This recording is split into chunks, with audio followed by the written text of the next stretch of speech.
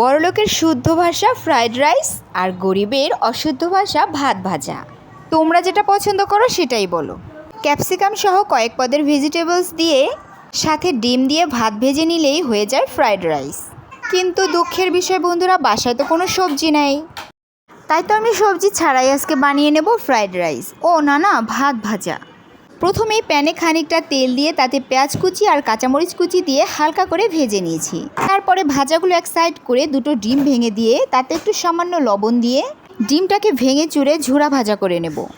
এবার পেঁয়াজ কাঁচামরিচের সাথে ডিমটাকে ভালো করে ভাজা ভাজা করে নিয়েই আমি ভাতগুলো দিয়ে দেব কড়াইতে। সকালবেলা তো আমি প্রায় এটা করে থাকি। বাচ্চাদের সাথে পরিবারের সকলেই এটা খুব পছন্দ করে।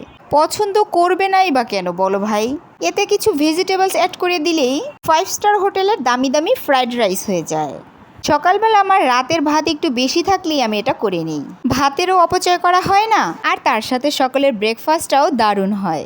যাক, এবার আমি একটু ভাতটাকে সাদা সাদা রাখবো না, তাই হলুদ আর মরিচের গুঁড়ো দিয়ে দিয়েছি, একটা লবণও দিয়েছি, তারপরে একটা ম্যাগি মশলার প্যাকেট দিয়ে দিয়েছি। তারপরে ভাতটাকে একটু নাড়াচাড়া করে সুন্দর করে ঢেকে দিয়েছি।